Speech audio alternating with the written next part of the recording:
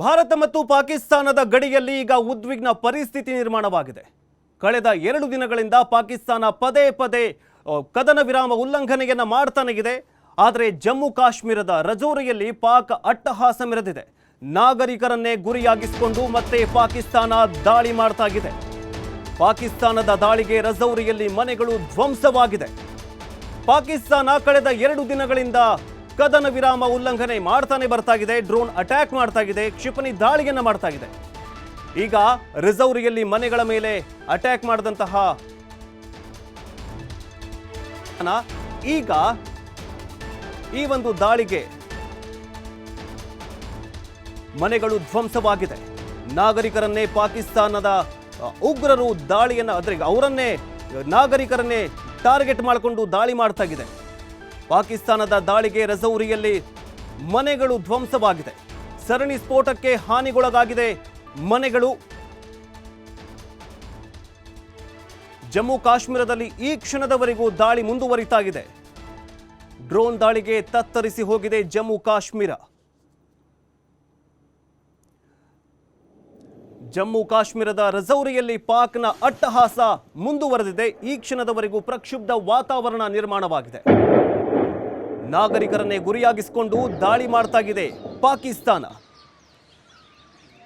Operation Sindoor ಟೈಮಲ್ಲೂ ಕೂಡ ಭಾರತ ಪಾಕಿಸ್ತಾನದ ಮೇಲೆ ದಾಳಿ ಮಾಡಿತ್ತು. ಆದರೆ ಉಗ್ರ ಸಂಘಟನೆಗಳು ಉಗ್ರರ ಅಡಗುತಾಣಗಳನ್ನ ಟಾರ್ಗೆಟ್ ಮಾಡಿಬಿಟ್ಟು ಭಾರತ ಅಟ್ಯಾಕ್ ಮಾಡಿತ್ತು. ಸಿಂಧೂರ್ ಆಪರೇಷನ್ ಅನ್ನ ಸಕ್ಸಸ್ ಮಾಡಿತ್ತು.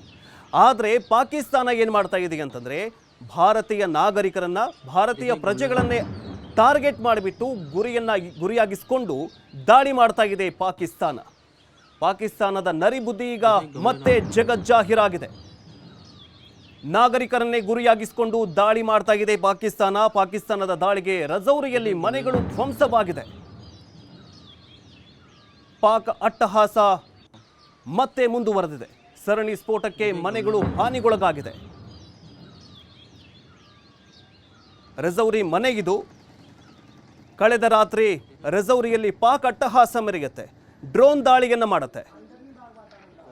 ಮನೆಗಳ ಮೇಲೆ ಡ್ರೋನ್ ದಾಳಿ ಮಾಡಿ ಮನೆಗಳು ಈಗ ಧ್ವಂಸವಾಗಿದೆ.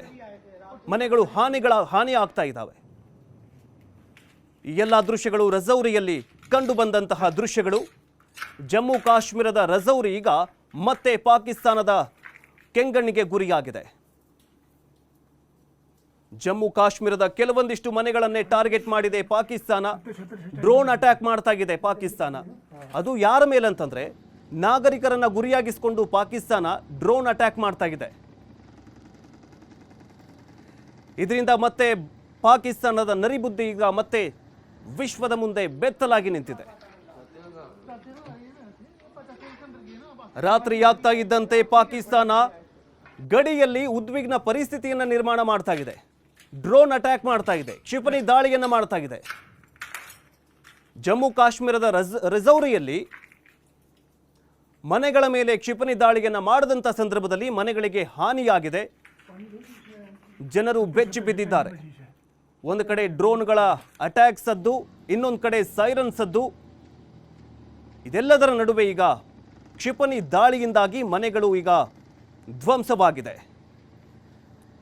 ಪಾಕಿಸ್ತಾನದ ಅಟ್ಟಹಾಸಕ್ಕೆ ಬ್ರೇಕ್ ಬೀಳ್ತಾ ಇಲ್ವಾ?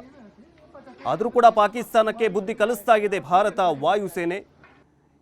ಡ್ರೋನ್ ದಾಳಿಯನ್ನು ಮಾಡಿದಂಥ ಸಂದರ್ಭದಲ್ಲಿ, ಡ್ರೋನ್ಗಳನ್ನು ಹರಿಬಿಟ್ಟಂಥ ಸಂದರ್ಭದಲ್ಲಿ ಆಗಲೂ ಕೂಡ ಡ್ರೋನ್ಗಳನ್ನು ಹೊಡೆದುರುಳಿಸ್ತಾ ಇದೆ ಭಾರತೀಯ ಸೇನೆ. ಕೆಲವೊಂದಿಷ್ಟು ಡ್ರೋನ್ಗಳನ್ನು ಪಾಕಿಸ್ತಾನ ಏನು ಮಾಡ್ತಾ ಇದೆ ಅಂದರೆ ಡಮ್ಮಿ ಡ್ರೋನ್ಗಳನ್ನು ಹರಿಬಿಟ್ಟು ಭಾರತದ ಅಂದರೆ ದಾರಿ ತಪ್ಪಿಸುವಂಥ ಕೆಲಸ ಮಾಡ್ತಾ ಇದೆ. ಆ ದಾರಿ ತಪ್ಪುವಂಥ ಕೆಲಸ ಮಾಡಿದ ನಂತರ ಇಂತಹ ಘಟನೆಗಳು ನಡೀತಾ ಇದ್ದಾವೆ. ಪಾಕಿಸ್ತಾನ ಮೇನ್ಲಿ ಭಾರತೀಯ ನಾಗರಿಕರನ್ನ, ಅಮಾಯಕ ಜನರನ್ನ ಗುರಿಯಾಗಿಸಿಕೊಂಡು ಕ್ಷಿಪಣಿ ದಾಳಿ ನಡೆಸ್ತಾ ಇದೆ. ಕ್ಷಿಪಣಿ ದಾಳಿ ನಡೆದಂತಹ ಸಂದರ್ಭದಲ್ಲಿ ಮನೆಗಳಿಗೆ ಹಾನಿಯಾಗ್ತಾ ಇದೆ. ಮನೆಯಲ್ಲಿದ್ದವರಿಗೆ ಸಣ್ಣ ಪುಟ್ಟ ಗಾಯಗಳಾಗಿವೆ ಎನ್ನುವಂತಹ ವರದಿ ಇದೆ, ಮಾಹಿತಿ ಸಿಗ್ತಾ ಇದೆ. ಪಾಕಿಸ್ತಾನದ ದಾಳಿಗೆ ಜಮ್ಮು ಕಾಶ್ಮೀರದ ರಜೌರಿಯಲ್ಲಿ ಮನೆಗಳಿಗೆ ಧ್ವಂಸವಾಗಿದೆ.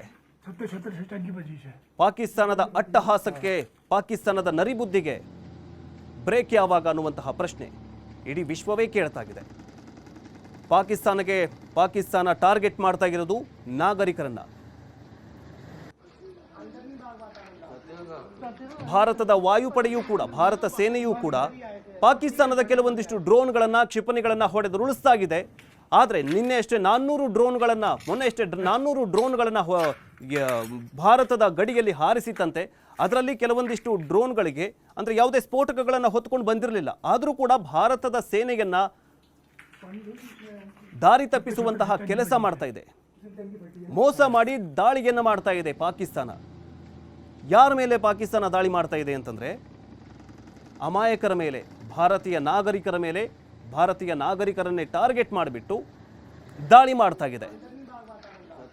ಇದಕ್ಕೆ ಸಾಕ್ಷಿ ಎಂಬಂತೆ ಜಮ್ಮು ಮತ್ತು ಕಾಶ್ಮೀರದ ರಜೌರಿಯಲ್ಲಿ ನಡೆದಂತಹ ಈ ಒಂದು ಘಟನೆ, ಈ ಒಂದು ದೃಶ್ಯ ಈಗ ಸಾಕ್ಷಿಯಾಗಿದೆ. ಕಾರಣ ರಜೌರಿಯಲ್ಲಿ ಮನೆಗಳ ಮೇಲೆ ಕ್ಷಿಪಣಿ ದಾಳಿ ನಡೆಸಿದೆ ಪಾಕಿಸ್ತಾನ. ಪಾಕಿಸ್ತಾನದ ಸ್ಫೋಟದಿಂದಾಗಿ, ಸರಣಿ ಸ್ಫೋಟದಿಂದ ಮನೆಗಳೀಗ ಹಾನಿಗೊಳಗಾಗಿವೆ.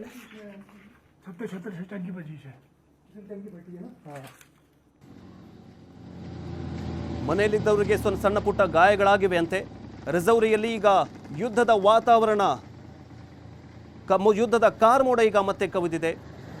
ಯುದ್ಧದ ಸೈರನ್ಗಳು ಒಂದು ಕಡೆ ಜನರ ಎದೆ ಬಡಿತವನ್ನು ಹೆಚ್ಚಿಸ್ತಾ ಇದ್ರೆ, ಕ್ಷಿಪಣಿ ದಾಳಿಯ ಭೀತಿ ಇನ್ನೊಂದು ಕಡೆ. ಇದೆಲ್ಲದರ ಮಧ್ಯೆ ಈಗ ಮನೆಗಳನ್ನೇ, ನಾಗರಿಕರನ್ನೇ ಟಾರ್ಗೆಟ್ ಮಾಡಿ ಪಾಕಿಸ್ತಾನ ವಾಯು ದಾಳಿಯನ್ನ ಮಾಡ್ತಾ ಇದೆ.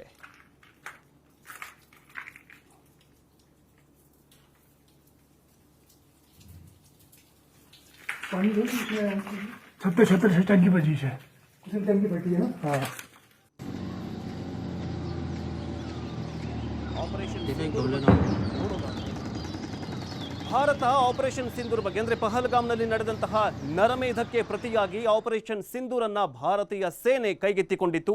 ಭಾರತ ಪಾಕಿಸ್ತಾನದ ಮೇಲೆ ವಾಯು ದಾಳಿಯನ್ನ ಮಾಡುತ್ತೆ, ಅಂದ್ರೆ ಏರ್ ಸ್ಟ್ರೈಕ್ ಅನ್ನ ಮಾಡುತ್ತೆ.